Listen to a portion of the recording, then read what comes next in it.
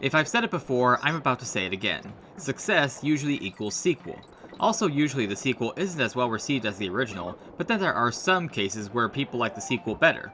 Such is definitely the case for Donkey Kong Country 2 Diddy's Conquest for the Super Nintendo Entertainment System. Rather than stealing bananas, the tyrannical King K. Rool has stolen Donkey Kong himself, which means his nephew Diddy takes center stage as the hero tasked with saving DK.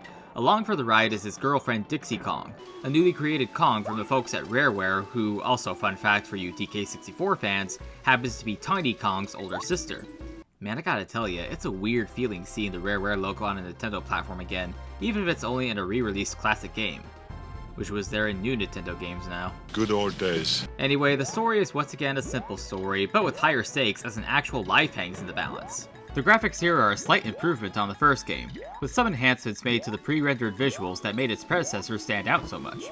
Sound-wise, it's just as good as the first game. Same comic-like sound effects, same monkey and kremling sounds, and its blend of hip-hop and rock and roll, mostly hip-hop, complementing the rhythmic gameplay and the game's unique style. If there's one thing this game prides itself on, it's style.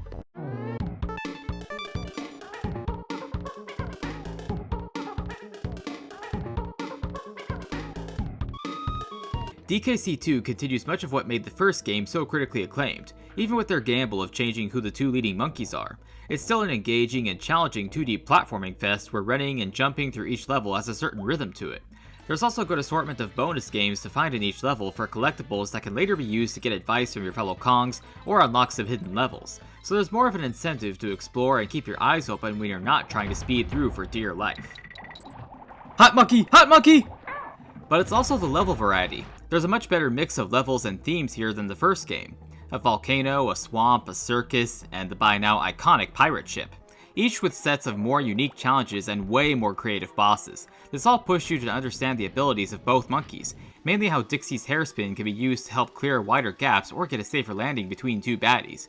When all is said and done, I feel like it's not unreasonable to say that Diddy's Conquest is honestly a better game than its older brother. It really feels like Rare went crazy with their creativity and it more than paid off. If you're a fan of the original Donkey Kong Country, I can guarantee you'll love Diddy's Conquest as well. And if you have Nintendo Switch Online with the SNES collection, well, it's there for you to play for free.